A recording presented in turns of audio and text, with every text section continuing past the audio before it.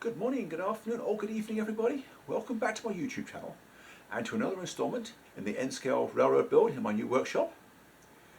If you've been watching the last few episodes, you will have seen me finish framing the peninsula for the main level and start on a structural backdrop that will support the deck above, and also go into some detail about how to get tracks passing through it while still allowing it to come apart for transportation. Well, with all that out of the way, this week I'm just going to continue where I left off, and I'm going to be working my way back down the peninsula, doing backdrop, sub-road bed and fascia, kind of alternately. So without further ado, let's just head out to the workshop and get to work. Well, that is all I have time for today. I have got the first curve on the upper route installed properly. I've also put another piece in here to hold the fascia, and I have cut the next horseshoe curve that goes in here, and I've got it gluing up because I have to join two pieces. I will install that tomorrow.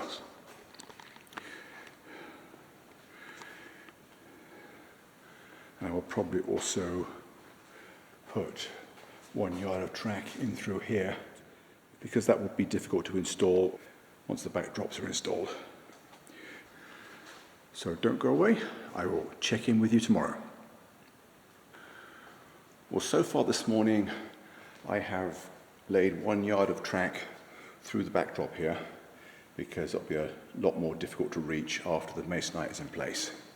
And I've also extended the sub-road bed for the upper grade from here through that straight, through this curve to here. This piece is still too long. I have to cut it off probably about here, but there's no point in doing that until I know exactly where it needs to go. And then there will be a long straight. Actually, the longest straight on the mountain portion of the railroad will then come all the way to this benchwork joint in front of the camera now. So that's about a 6 foot long straight. As I say, it's the longest straight in this area. Anyway, I think what I want to do next is get some backdrop panels installed. One around here, it breaks here at the joint, and then another one around behind this curve. I can also do the two on the other side of the backdrop, and I'll probably use any offcuts I have to do fascia. So let me get on with that, and I will be right back. Don't go away. Although I've shown this method before, it's worth repeating. The easiest way to get the backdrop panels the right length is to start by clamping a thin strip, a very manageable strip, in place. I have positioned it accurately at this end, pressed it tightly up against the framing, and then put a mark where I have to cut it at this end. So now I just take those clamps off and lay it on top of the flat masonite panel and cut the other one to length. So let me do that, and I will be right back. Well, that is 2 pieces of backdrop. The lengths were very kind to me. Sometimes you just get lucky. This piece in this corner, I had about a 10 or 11 inch offcut. And this piece around here, I had a 3 inch offcut. On the other side,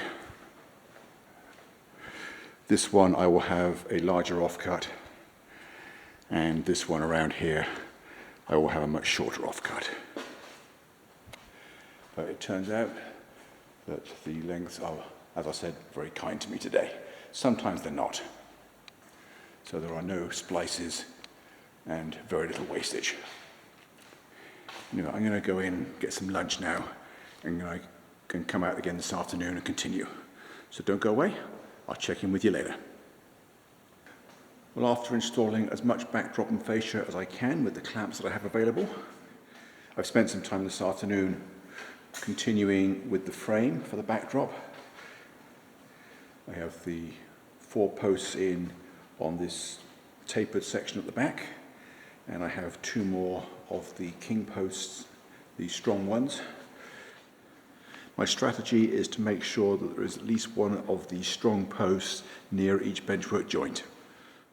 The rest of the framing can just be on these single frames.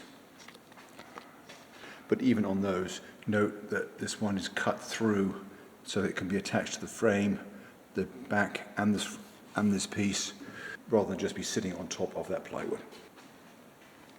If we look along it, we can see this is a very gradual S-bend as the backdrop makes a 6-inch wave. Anyway, before I go in, I think I am going to put the other piece of backdrop on the far side of this one. I already have 2 pieces cut.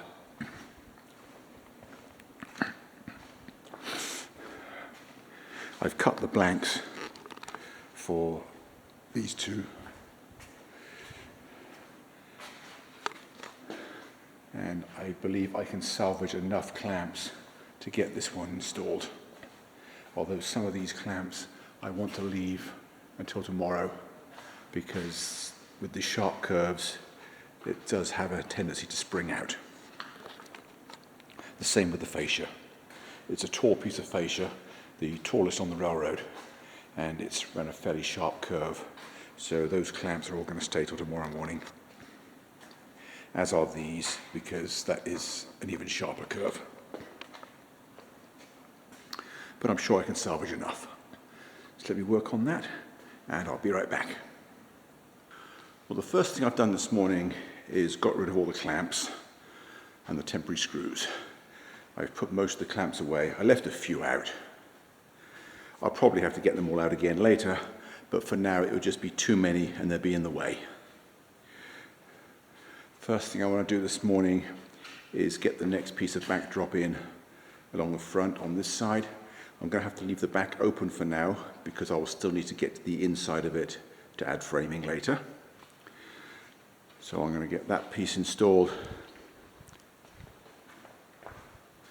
and the back side of this piece here.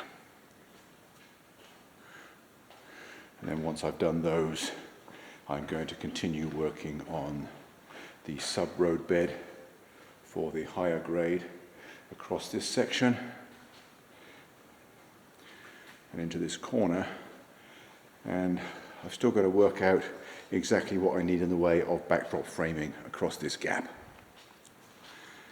and that's probably further than I will get today anyway, because I don't plan on spending all day out here. It's Saturday and I've got stuff I need to do inside.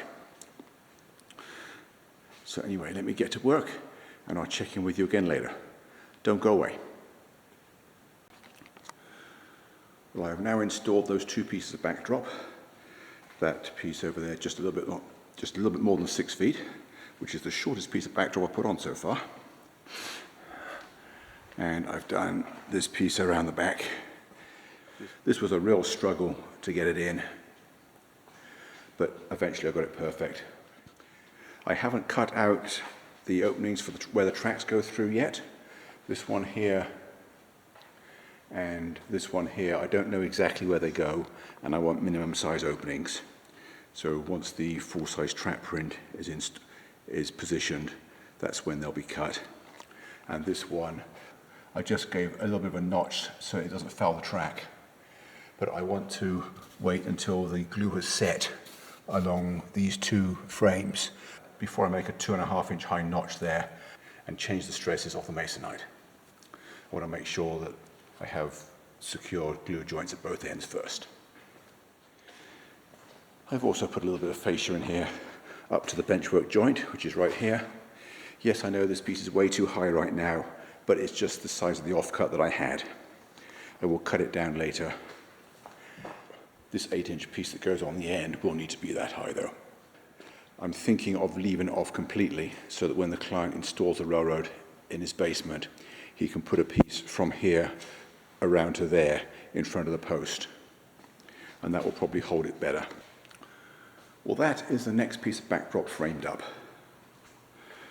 These 2 are cut at a 40-degree angle because that's the angle that the backdrop hits through the framing, while still keeping them flush in line, with the joists. This top piece is cut flush there. There will be a post up there. I haven't installed that yet, although I probably can. The backdrop starts there, curves around, goes straight over those two. And this piece of wood here splices the backdrop. I'm going to two-piece it because this first short piece really needs to go in before the roadbed in front of it. Well, I still don't know how I'm going to support the end of it, where it goes over the top of the Winslow mezzanine diorama. On the inside of the curve, it'll just be one piece all the way from that benchwork joint to this one. But I'm not going to install that just yet. And this tail allows me good connection for a top stiffener for the end curves. Note that I've had to brace both of them to the next frame over, otherwise there'll be no lateral stability whatsoever. Anyway, I'm going to get a piece of masonite glued onto that, and then I can work on the roadbed in front of it. So don't go away, I'll check in with you later. Well, that is about another 10 feet of sub-roadbed on the upper grade, and about another 12 to 13 feet of fascia along the front, all done. Most of the fascia is way too high at the moment, but with the nature of canyon scenes, it tends to vary dramatically. So I have to make sure that I cater for the highest points, and then I will cut it down once I've got a good feel for what it's going to look like. Anyway, I'm going to call that a week. I'm going to go in now, and I'll see you next time. Don't go away.